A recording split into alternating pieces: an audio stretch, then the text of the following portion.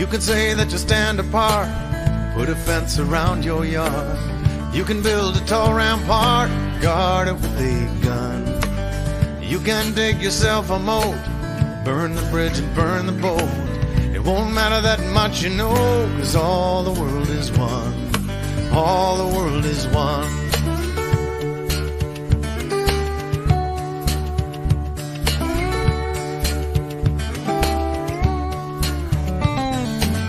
You can march in a big parade every Independence Day. You can raise up your own flag, sing your own anthem. It'll ring out in the air with the other anthems there. To the winds of the earth declare, all the world is one. All the world is one. Go and ask the Buddha when he's sitting under the tree. Go ask Walt Whitman when he's looking out at the sea. Ask Alan Shepard when he's standing up on the moon, staring at that pearl of blue. Asking Adam and the breath you take. Ask the water by the riverbank. Ask a strand of DNA, it's written in your blood. One life running in your veins, one life from one big bang. You can try and separate it, all the world is one. All the world is one.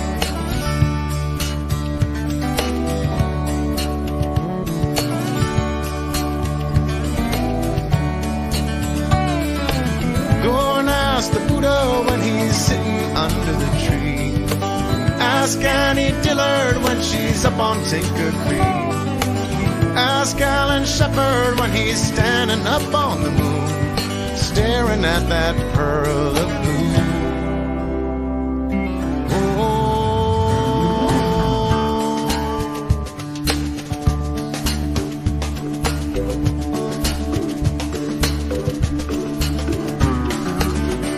Take an outbound train, try to make a getaway.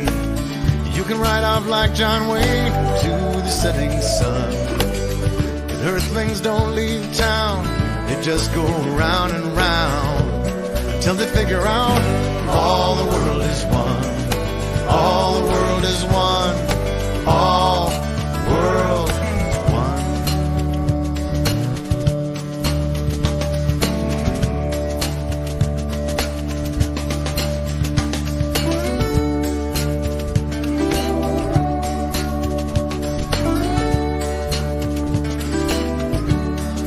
All the world is one.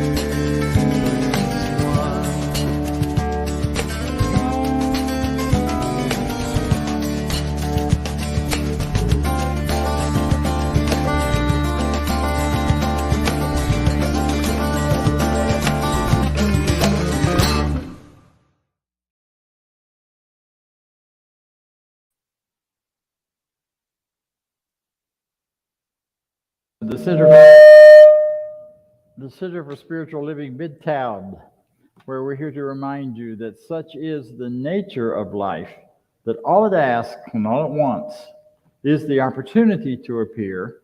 You're the opportunity, so am I, and so it is. We are a center that celebrates life. These mornings, these Sunday mornings, we don't call them church services, we call them life celebrations, because we're celebrating your life, my life, and everyone's. Regardless of who you are, how you self-identify, male, female, non-binary, and every other kind of letter in the alphabet that goes behind that, we celebrate you and we honor you. Regardless of your ethnicity, how you self-identify is what matters, because it's what matters to you. So I'm here to tell you that thank you for being here. Thank you for participating in this online, wherever you are, and to invite you to know with me that there is something greater going on around you always than what meets the eye. And that's a lot of what we're here to look at today is, how do we see beyond what's in front of us? How do we see what's a bigger picture than the one that's showing up right here in our faces? And we'll be talking about that more today as well. So I'd like for you to know a little about who we are. So to tell you what we believe, here is some information about our Declaration of Principles. And if you'd like, read along. And if you want to read out loud, do that, or just listen.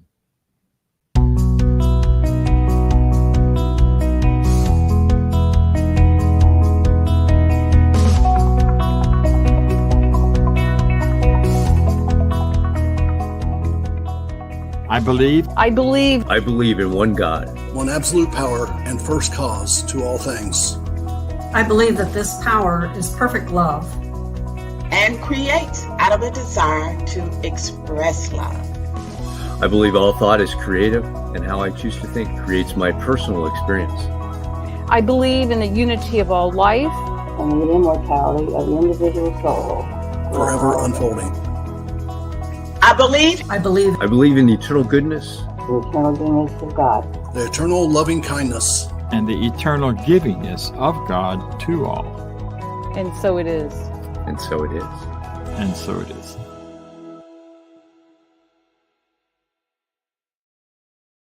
If you've heard that today, perhaps online or for the first time, or you were hearing it today in a way that maybe you haven't before, that should raise some questions for you. Like, really? One power?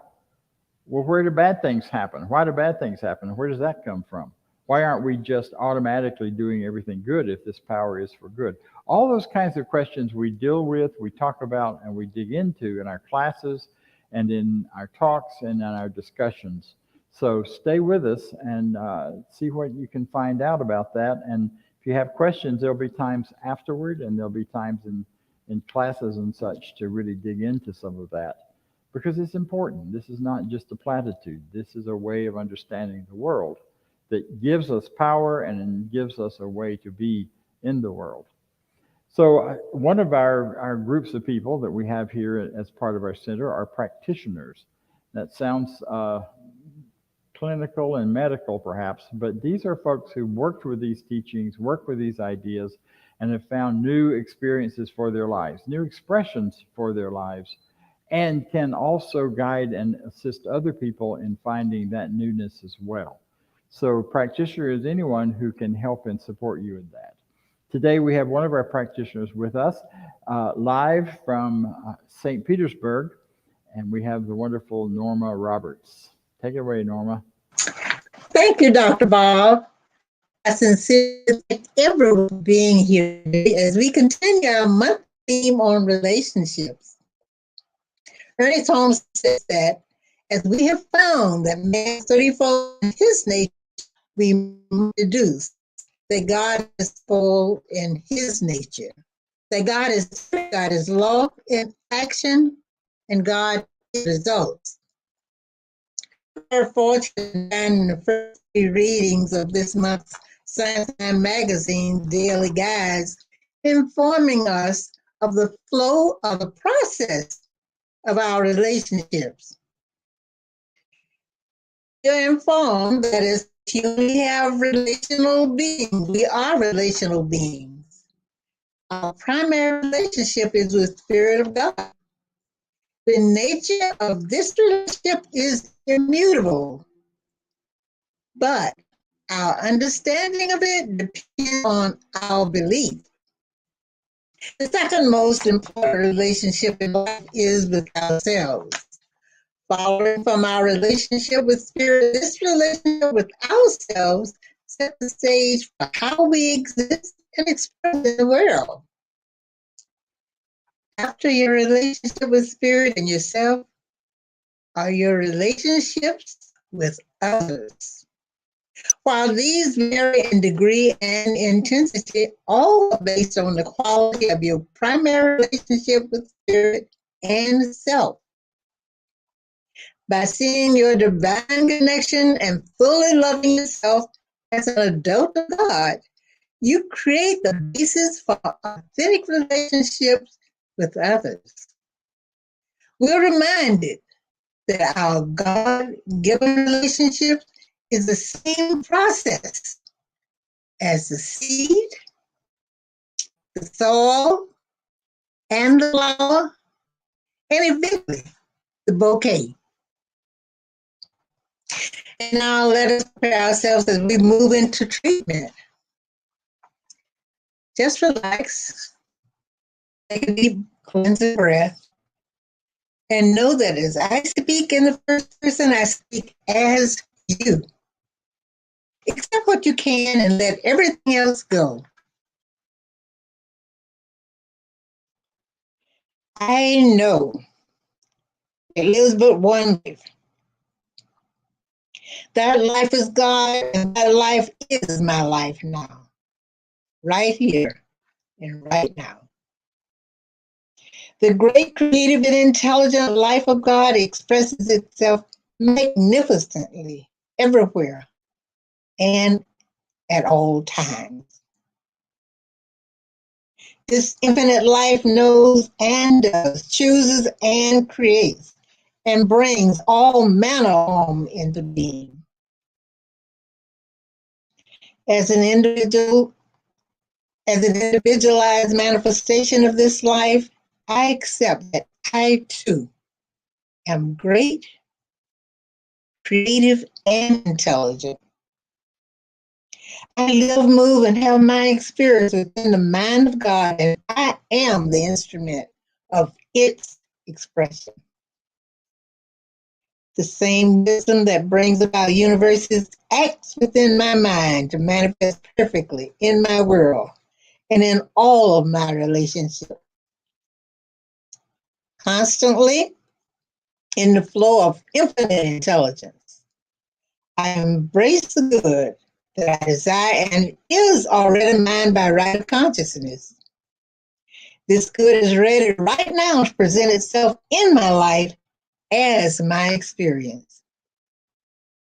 I invite, permit, and direct the power within me to flow forth into expression as supreme health, exquisite, loving, lasting, and joyous relationships, overflowing, expected, and unexpected abundance, and joyous creative ideas in expression. Utilizing my personal portion of divine intelligence, I am aware that my life is the life of God.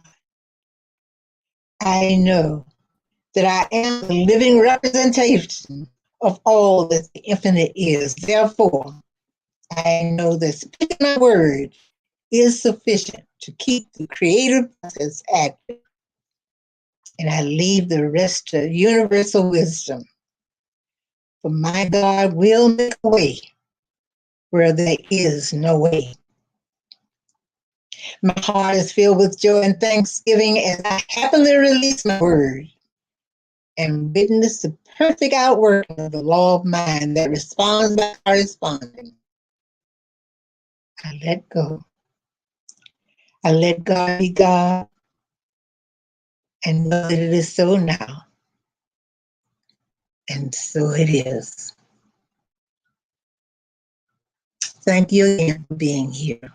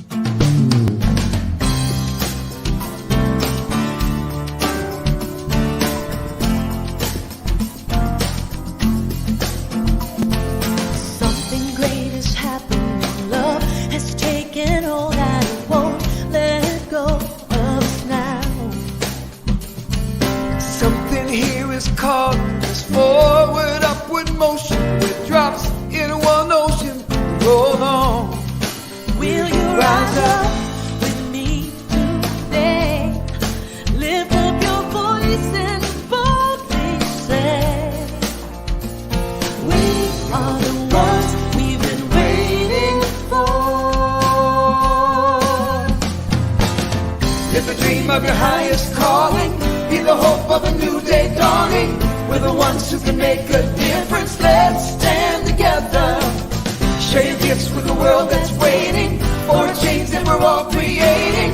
It's a moment for our greatness. Let's stand together now.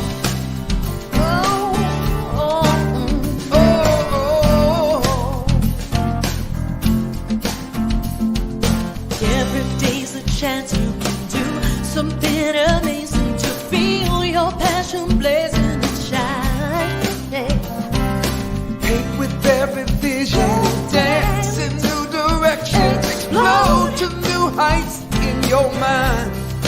I will rise up with you today. Lift up my voice. Lift up my voice and boldly say, we are the ones we've been waiting for. Live the dream of your highest calling. Be the hope of a new day dawning. We're the ones who can make a difference. Let's stand together. Share your gifts with the world that's waiting for a change that we're all creating. It's a moment for our greatness. Let's stand together now. Yeah. One creed, one voice, one heart, one word, one dream, one voice, one heart, one word, stand together. One dream, one voice, one heart, one word, stand together. Live the dream of your highest calling. Be the hope of a new day dawning. We're the ones who can make a difference. Let's stand together. Yeah, yeah. Share your gifts with the world that's waiting for a change that we're all creating. It's a moment for our greatness. Let's stand together now. Stand together. Live the dream. Today, Be the hope. share your gifts. Stand together now. Share your gifts with the world that's waiting for a change that we're all creating. It's a moment for our greatness. Let's stand together now. Stand together. Live the dream. Be the hope. Stand together now.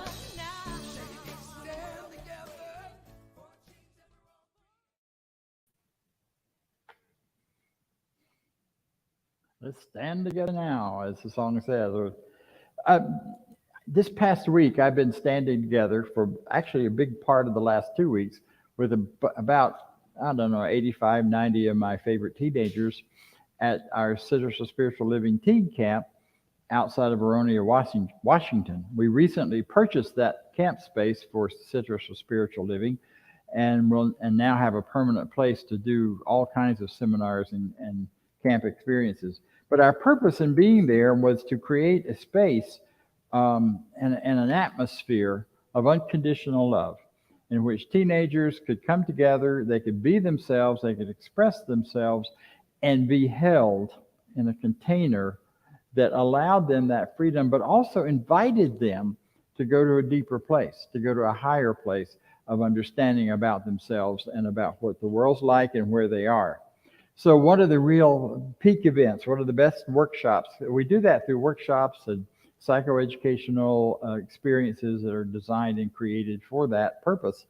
And one of my favorite ones, or one of the ones that brought the most about of enthusiasm, is that we built, or was already there at the camp, there's a water slide that runs from the top of one of the hills all the way down to the bottom. I don't know, maybe 100 feet, maybe more. Very steep, very fast. And what we invited them to do was we did a process before they were to go down the water slide.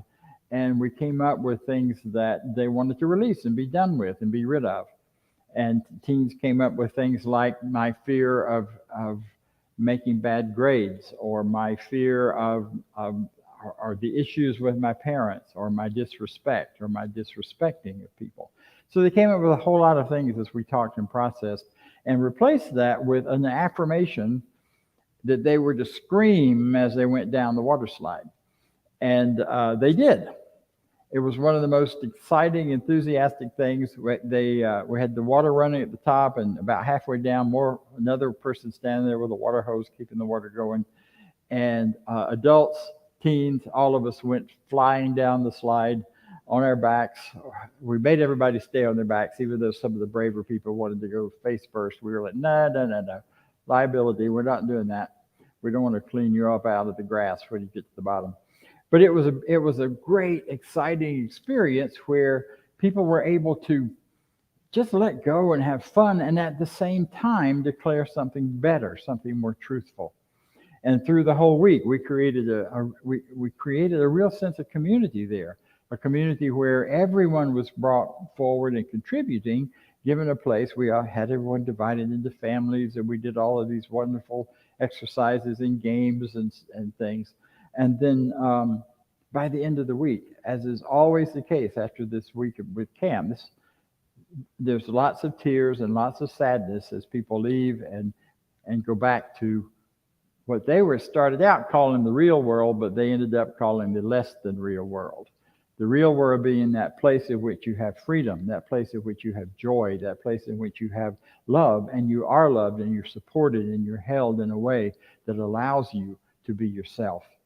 And it was exciting, as it is every year. This is the first time in 3 years that we've been together because of COVID. So it was a really wonderful opportunity to come back together.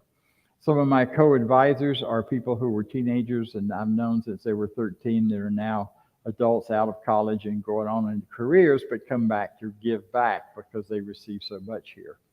So it's a real sense of community, and that's what I want to talk about today. Our title is You and Me Create Society, or something like that. You and We Create Society. I didn't get the word exactly right, but and I've already been corrected on the bad grammar of it by one of our wonderful helpers. It doesn't matter about the grammar, because the point here is I want us to talk about who we are and our relationship with society. CSL worldwide has a slogan that we are working toward and working from, that says we are living for a world that works for everyone. When I first heard that, I kind of had this cynical thing that was like, well, it already does. For those angry people, they get angry responses. For those people who have joy and love in their hearts, they get joy and love experiences. For those who believe in duality and pain and suffering, they have pain and suffering. Well, that's not really what this is about. This is about creating a world where everybody has the opportunity to live freely, to live joyfully, to live with love, and to rise to a place of higher understanding and knowledge about who they are and what they can become. It's a world that really does work for everyone. Here's some of the ideas from the vision that we have for CSL, and this center is a part of that larger international community. And that is, we see a world that works for everyone, where all life is honored as an expression of the divine. We say that every week. Such is the nature of the divine, such is the nature of life, that all it wants is the opportunity to show up, and you're that. Where people live according to spiritual truth, where unity and connection is emphasized, not separateness and differences, where humanity awakens to its spiritual magnificence. I have been saying since long before that slogan showed up, that if we really understood who we are, and if all people understood who we really are in relationship to the divine, our world would be a different place than it is now. But we don't. We see ourselves limited. We see ourselves separate. We see ourselves smaller. We see other people as perhaps not connected, but we are. We see all kinds of ways where it's anything but the truth of who we are in the larger metaphysical expression of things. Where we live, in this world where we would live as one global community, where we have kinship with all life, with all the life prospering that goes on. We are called to conscious social action. We'll talk about that in a minute. We'll come back to that in a few minutes. Conscious social action.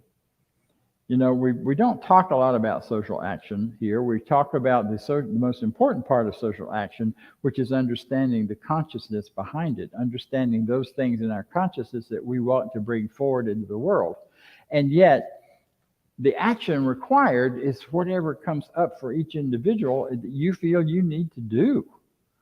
And it's not about having social action against something.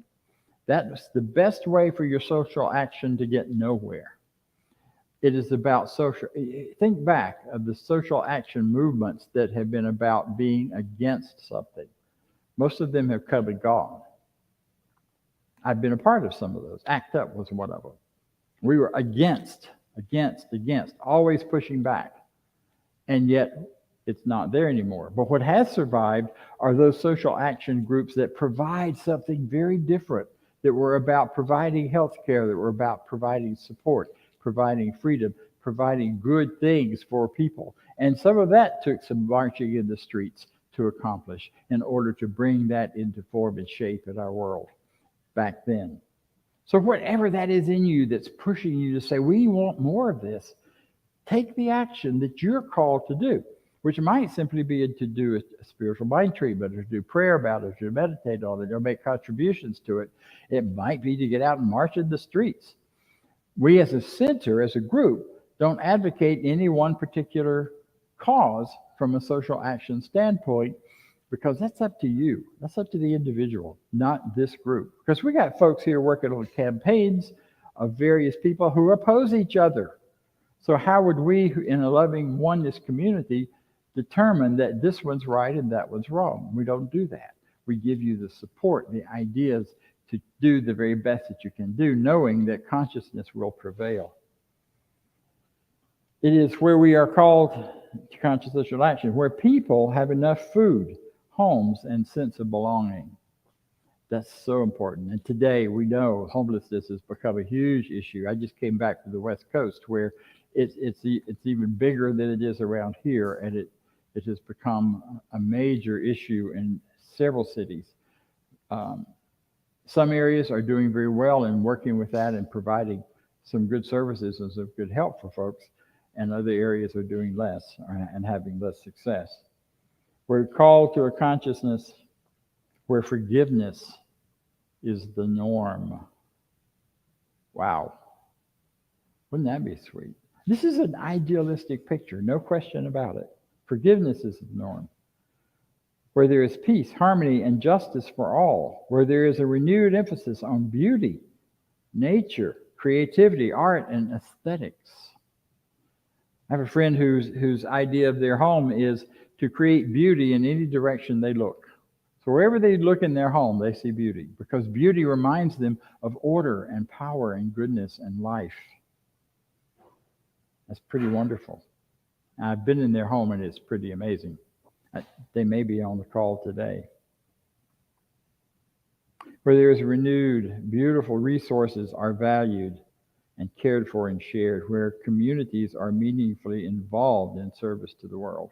So that's the ideals that our larger organization, Tom. Our part in that is that we teach spiritual truth. We teach spiritual ideas that can guide and help every individual on how to relate and be part of these communities that we're in, and these communities that we live in and participate in. There's a very interesting idea that goes back thousands of years, actually. It predates Christianity, goes all the way back into early Judaism. It may indeed predate Judaism. And those are the wisdom teachers, the wisdom teachings, not attributed particularly to any one teacher.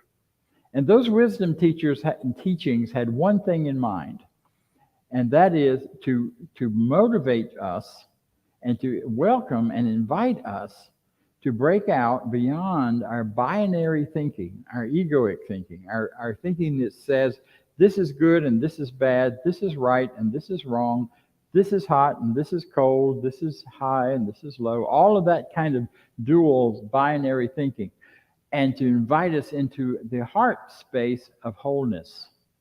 These go back, like I said, thousands of years.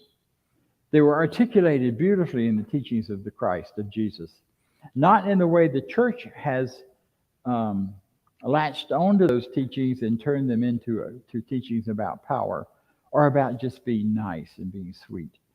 They are about transforming consciousness.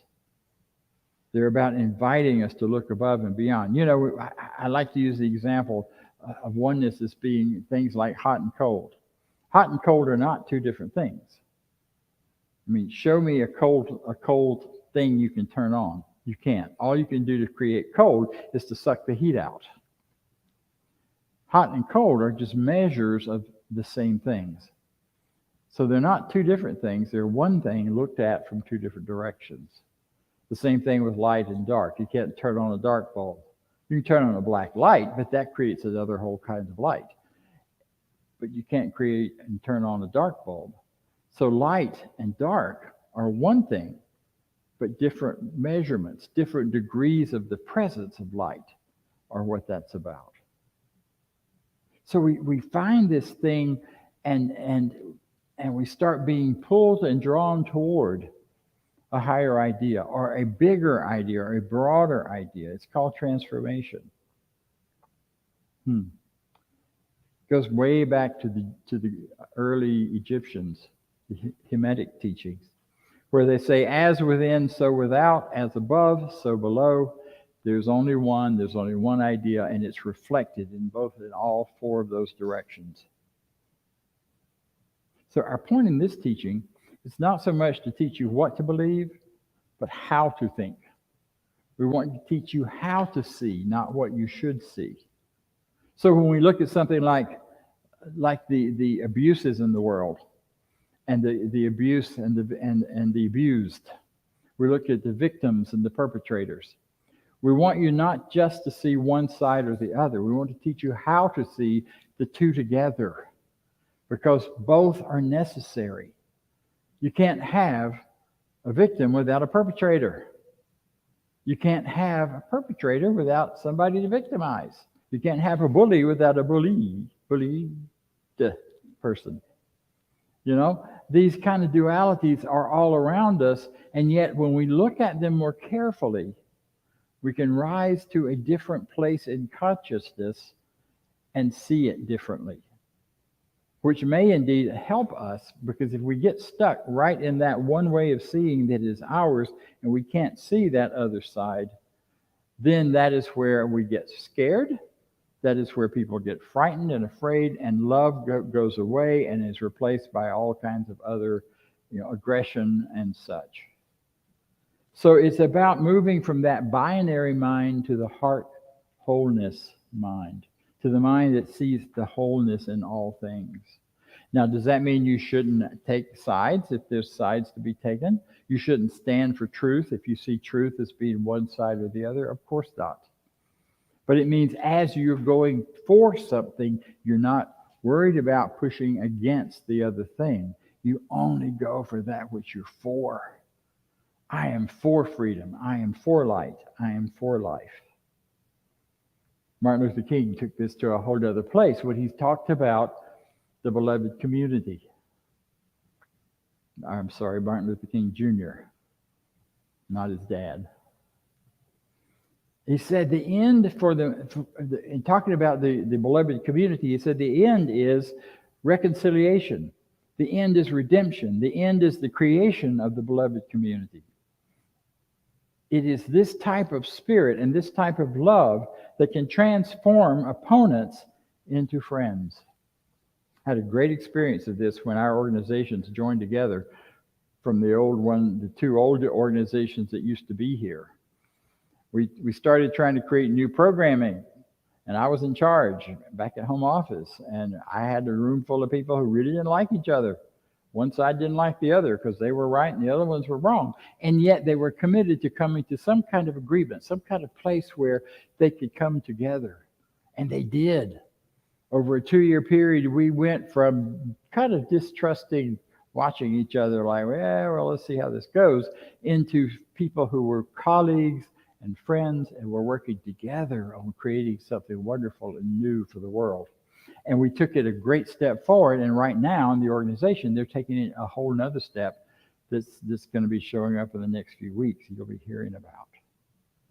There's a book by my friend Dr. Jim Lockhart, who has taken this teaching in his own personal life above and beyond. He has done sitters here in the U.S., and now he lives in Europe, and he's retired from ministry. He's writing and doing wonderful books and things, but he's also living in France and following his second passion, which is wine. And he does wine tours for people, but he takes it to another level by talking about consciousness. It's not a just go get drunk tour. It's a go learn wine and learn the nuances and the places and see where it's grown and why it tastes the way it does. And I don't even begin to understand even a small part of what he knows about that. But his book, which is based on Martin Luther King's idea, is called Beloved Community. And in that, he says that the beloved community is a place where there's a consciousness of wholeness, where there are no victims, where we see the world in a different way. We look beyond the victims to something greater and something more. He writes in that about how to grow and develop a beloved community. And I believe it is the goal of every spiritual community to be and become a beloved community, whatever community means to you, whatever society that may mean to you. However close or however not close people are within it, there's some key parts to it that are so important. Things like a consciousness of love and connection. And what I know about this center and this community, because I've been a part of it since 1984, before it was this particular individual group, but while we were gathered in another space, in another place, that love and connection is real, and it's a very important part of it, and it's defined by each individual within the group. So that some want connection where you get to know each other up close and personal and get in each other's business and know who's doing what and how they're doing it and drink coffee together and call each other up and find out how they're doing with this, that, or the other. And it's also those who simply love and honor one another when they walk in and sit down together, and that's all they want, and that's fine too, because we each get to define what connection means and how we want to have it, whether it's here in this community or is in our world out there, those places and communities that we belong to.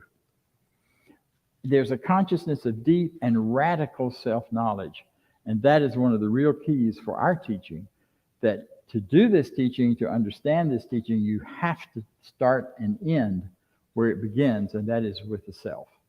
Not the S, selfishness self, but the S, the self as you understand who you are and how you work and how you live in the world. We are fully and completely committed then to a consciousness of healing. This teaching started as a teaching healing ministry. Long before there were preachers like me standing up and talking to people, there were groups and individuals gathering to do healing work together and then teaching others about how that worked and why it worked and what happened. That's how we started. It's a consciousness of vision. We talk a lot about affirmations, having the vision of who you want to become, of what you want to see happen in the world. It's a consciousness of pioneering, of being different and being willing to be different.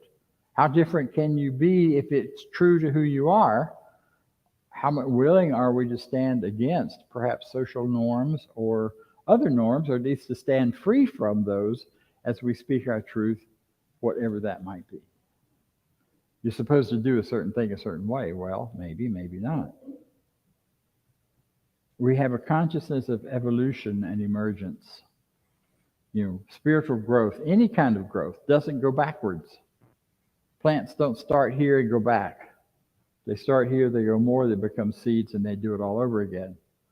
And each time it evolves to something more. Life always goes forward in its growth, and we are fully committed to that. We are fully committed to that idea.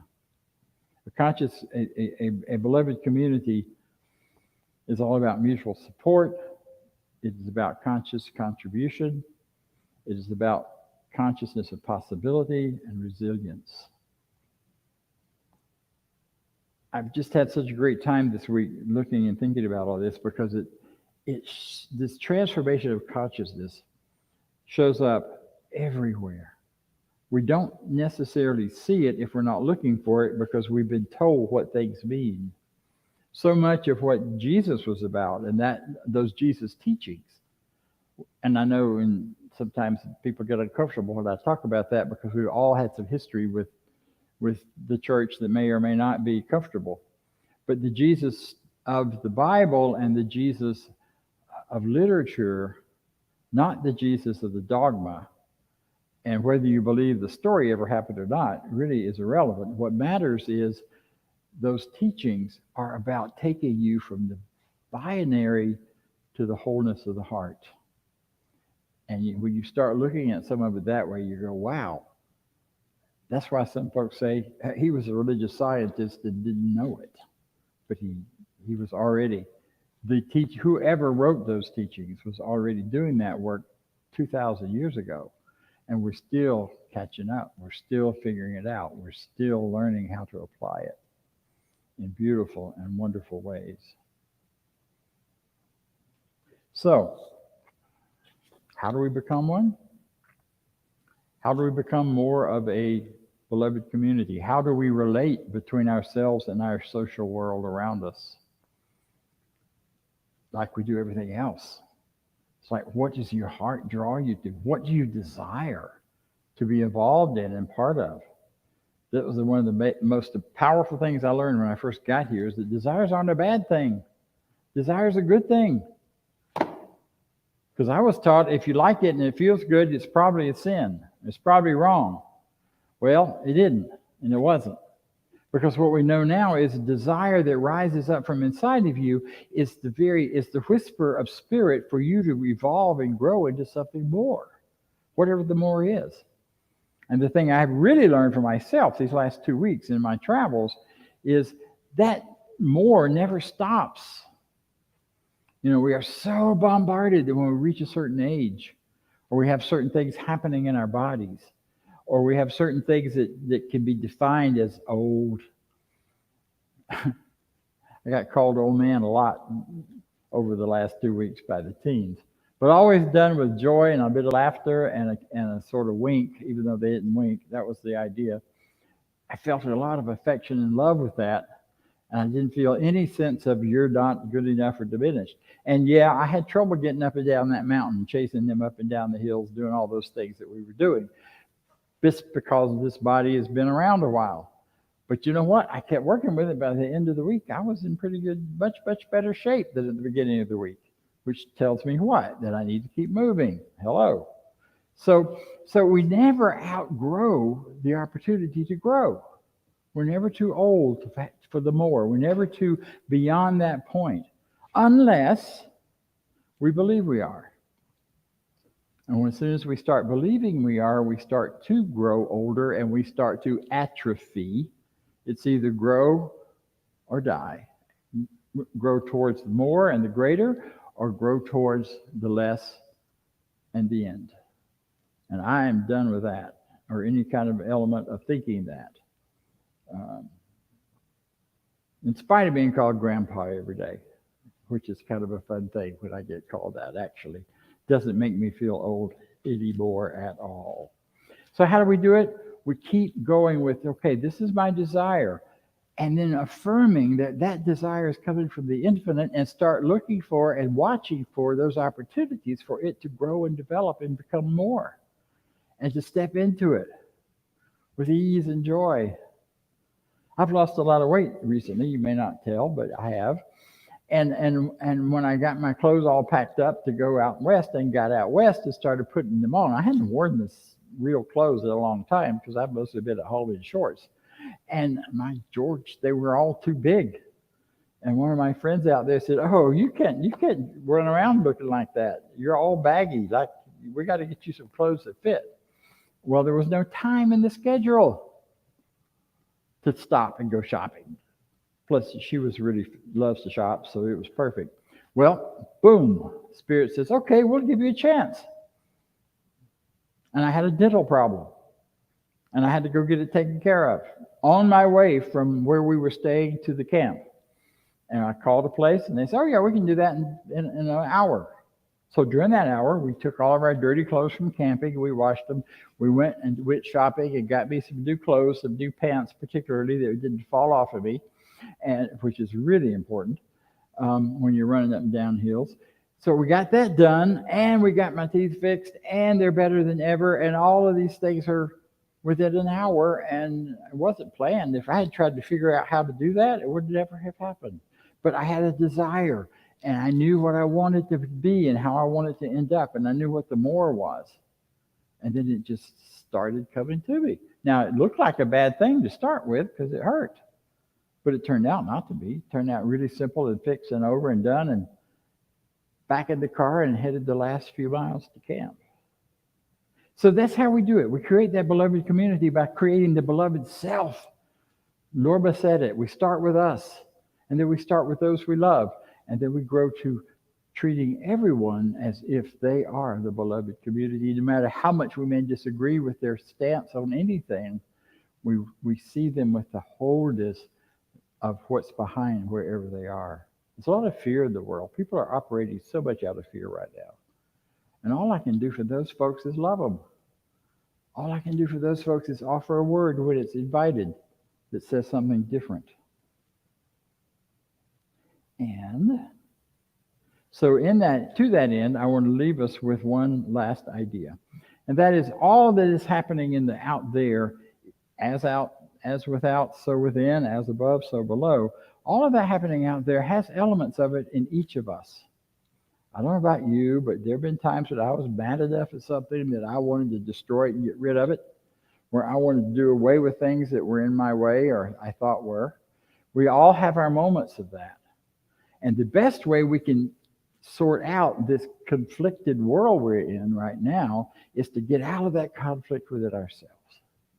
And one of the most powerful spiritual practices for that is the Ho'oponopono, which is a prayer process developed by the Hawaiians.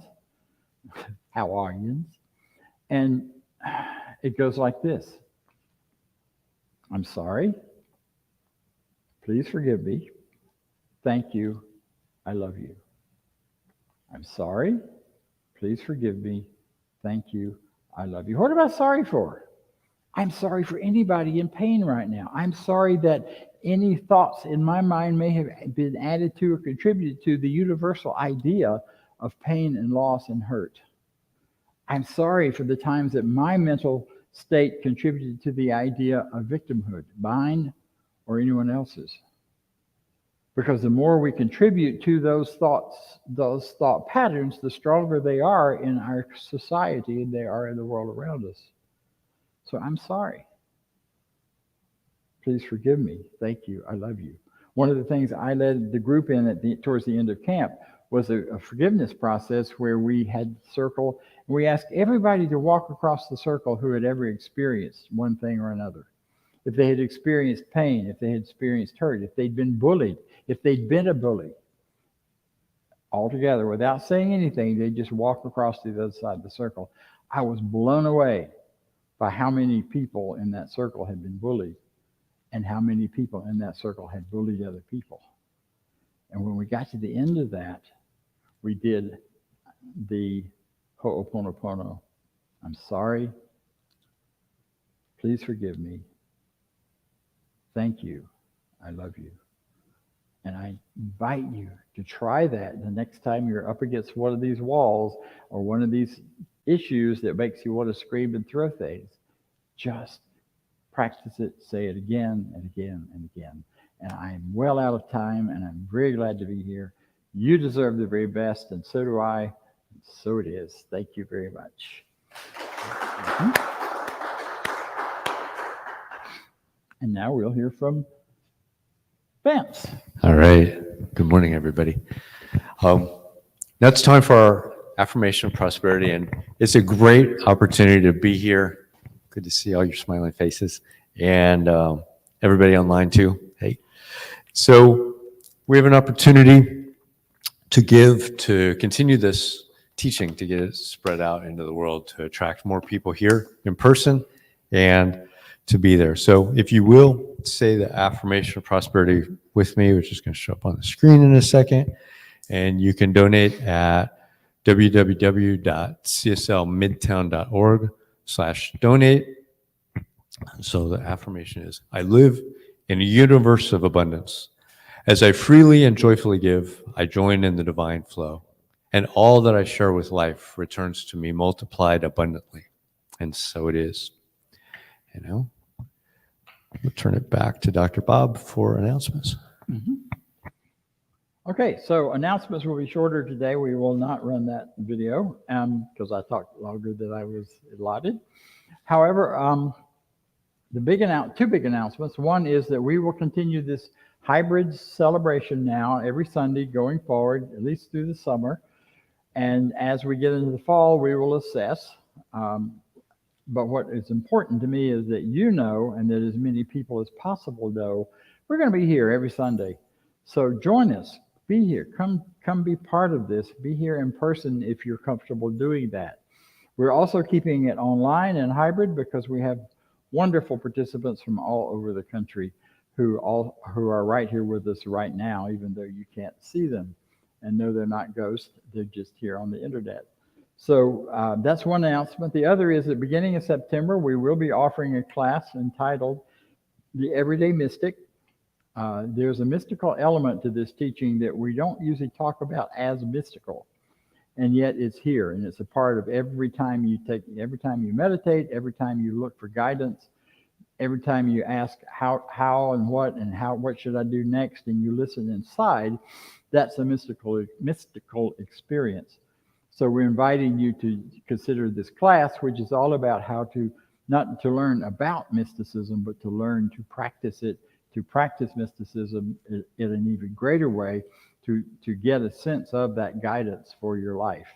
We'll also be offering a class in prosperity this fall, and who knows what else. I'm ready to start teaching again. So as long as people will show up, I'll do classes. And if they don't show up, I'll talk to myself, which won't be new. So thank you for being with us. I would like to close by reminding you that we are indeed here and that we are a beloved community in the making. We have been, to whatever degree we have been, and we will continue to be 100% moving in that direction. So I leave this place now knowing something better than I knew before. I go forth into the world with a heart full of love and a mind full of good sense.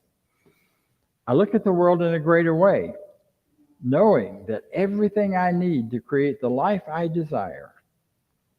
I give thanks for this understanding. I am grateful for the spirit of life that lives through me. And so it is. Good night.